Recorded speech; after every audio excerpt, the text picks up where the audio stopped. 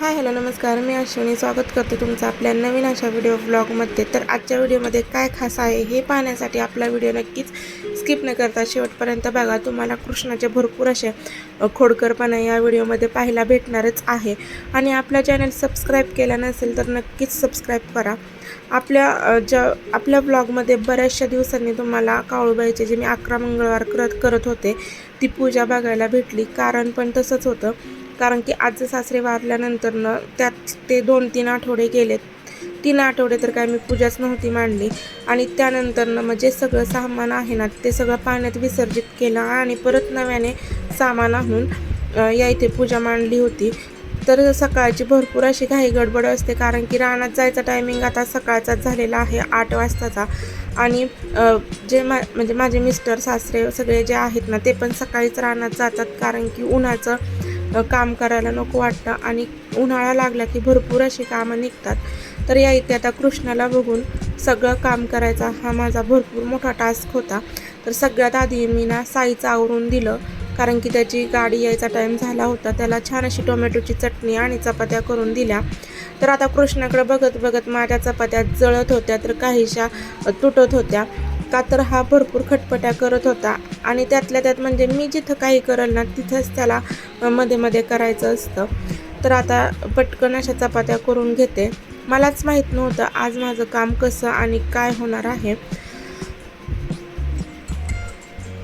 तर चपात्या करत असताना त्याच्याकडे लक्ष द्यायला लागायचं, कारण की तो काय करतो आता बारीक बारीक ज्या वस्तू दिसेल ना त्या तोंडात घालण्याचा प्रयत्न करतो. मध्येच साईचं पण अभ्यास करायचं चालू होतं, तर त्याच्या वहीवर जे नाव टाकायचं होतं ना ते तो म्हणत होता मला तूच टाकून दे. तर स्वयंपाक करता करता ते नावसुद्धा त्याला टाकून दिलं. आणि या इकडे मात्र कृष्णाला त्याची वही पाहिजे होती. आणि साई काय त्याच्या वस्तू कृष्णाच्या हातात देत नाही, कारण की तो फाडून टाकतो किंवा मग तोडून टाकतो जर काही वस्तू असल्या तर. आता एकीकडे मी त्याला त्याची खेळणी खेळायला दिली तर त्याला त्याची खेळणी खेळायची नव्हती. मम्मीची जी भांडी आहेत ना त्याच्यासोबतच त्याला खेळायचं होतं. तर अशा पद्धतीने त्याचा असा आजचा खेळ चालू होता. आणि आमच्या बेसिंगच्या खाली ना पाईप नाही आहे, बादली आहे. बेसिंगमधलं जे पाणी आहे ना ते तिथं साचतं, तर तो त्या बादलीत हात घालतो, त्याच्यामुळे त्याचं भरपूर असं लक्ष द्यायला लागतं. आता मी काहीतरी काम करत होते यावेळेस तो मात्र गेला आणि तिथं जे बाजरीचं पीठ मी जास्तीचं काढून ठेवलं होतं ना ते सगळं त्यांनी पांगून टाकलं. आणि त्यानंतर ना बघा आता या डब्यावर चढायचं आहे त्याला.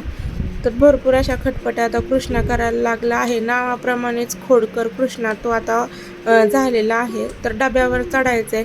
परत किचनमध्ये आमचा जो दिवाण आहे त्याची हाईट कमी आहे, त्या दिवाणवर सुद्धा तो चढायला बघतो. तर सकाळी मी उठले त्यावेळेसच तो उठला होता, त्याच्यामुळे त्याला झोप आली. तर 9:15 वाजता त्याला चारलं आणि त्यानंतर त्याला झोपी लावलं, कारण की भरपूर असा रडत होता. आणि मुलं रडायला लागली की काहीच काम सुधरत नाही. तर त्याला झोपवलं आणि त्यानंतर बाकीचा जो स्वयंपाक आहे तो केला. आता मला आधी तर धुणं धुवून घ्यायचं होतं. म्हटलं तो झोपलाय तर धुणं धुवून घ्यावं. पण मिस्टरांना कंपनीत जायचं होतं, ते सुद्धा रानातून आलते. मग माझ्या भाकरी आणि भाजी करायची बाकी होती तर ती करून घेतली.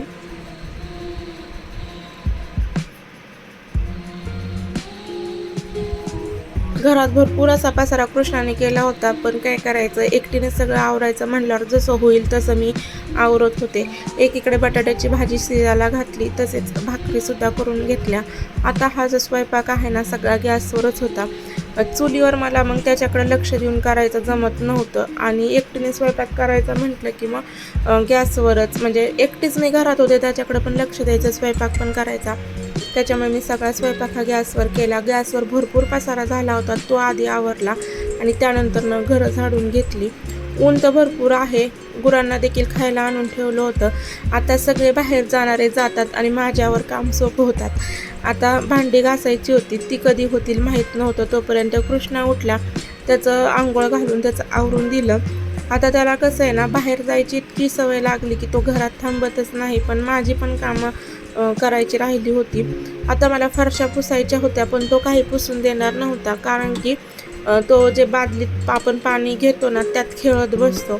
त्याची आंघोळ झाली होती, त्याच्यामुळे त्याला आजींकडे नेऊन दिलं आणि मी माझ्या ज्या फरशा आहेत त्या पुसून घेतल्या. आता 12 वाजले होते हे सगळी कामं करता करता, तरी माझी कामं आवरली नव्हती. भांडी मी तशीच घासायची ठेवली होती. त्याला ज्यावेळेस मी आजींकडून आणायला गेले तेव्हा मात्र त्याला भरपूर रडायला आलतं. कारण की त्याला मी तिथं सोडून गेलते आणि तो एकटाच तिथं होता. तिथली लहान मुलं सगळी शाळेत गेली होती. घरी आणल्यानंतर उपवासाचा बटाटा केला, कृष्णाला खायचं केलं. पहिलं त्याला चारलं, त्याला झोपवलं आणि त्यानंतर मी फराळाचं करायला घेतलं. तर बटाटा आणि थंड असं दही, कारण की उन्हाळ्यात दही खाल्लेलं चांगलं असतं आणि त्यातल्या त्यात म्हणजेच साईचा जो प्रोजेक्ट आहे तो करायचा होता. तर त्याची जी थोडीफार तयारी आहे ना ती मी करून घेतली. कारण की एकदमच सगळं होणार नव्हतं. 2 ते 3 दिवसात तो प्रोजेक्ट सबमिट करायचा होता. तर आपल्या वेळेस एवढा अभ्यास केला होता का नाही ते देखील आठवत नाही, पण मुलांच्या वेळेस मात्र अभ्यास आपल्यालाच करावा लागतो. तर एकीकडं कृष्णाचं खेळणं चालू होतं, साईचा अभ्यास चालू होता आणि मी मात्र त्याच्या प्रोजेक्टची इथे तयारी करून घेत होते. तर मला चित्रकला हा विषय लहानपणीपासून खूप आवडतो आणि माझी पण चित्रकला म्हणजे मला तरी वाटतं की मी चित्र हे चांगलं काढते. तुम्ही देखील कमेंट करून सांगा तुम्हाला जर माझी चित्रकला आवडली असेल तर.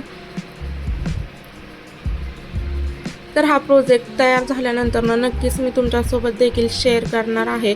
तर असंच आपल्या व्हिडिओला, आपल्या चॅनलला कनेक्ट राहा. या इकडे मात्र कृष्णाने कसलाच त्रास दिला नाही, त्याचा तो खेळ चालू होता आणि साईला देखील साई अभ्यास करताना तो साईला त्रास देत होता. आता संध्याकाळ झाली, परत स्वयंपाकाची तयारी. यामध्ये भरपूर अशी कामं असतात. तो देखील व्हिडिओ मी एक दिवस तुमच्यासोबत शेअर करेल, जसं की गुरांना खायला टाकणं, पाणी वगैरे पाजणं. तर या इथे आधी चहा ठेवून घेतला. मला करायची होती हरभऱ्याच्या वड्यांची भाजी, तर ते देखील आता मी करून घेणार आहे. तर अशा पद्धतीने छोटासाच व्हिडिओ होता. तुम्हाला जर आवडला असेल तर नक्कीच लाईक करा, शेअर करा आणि सबस्क्राईब करायला मात्र विसरू नका.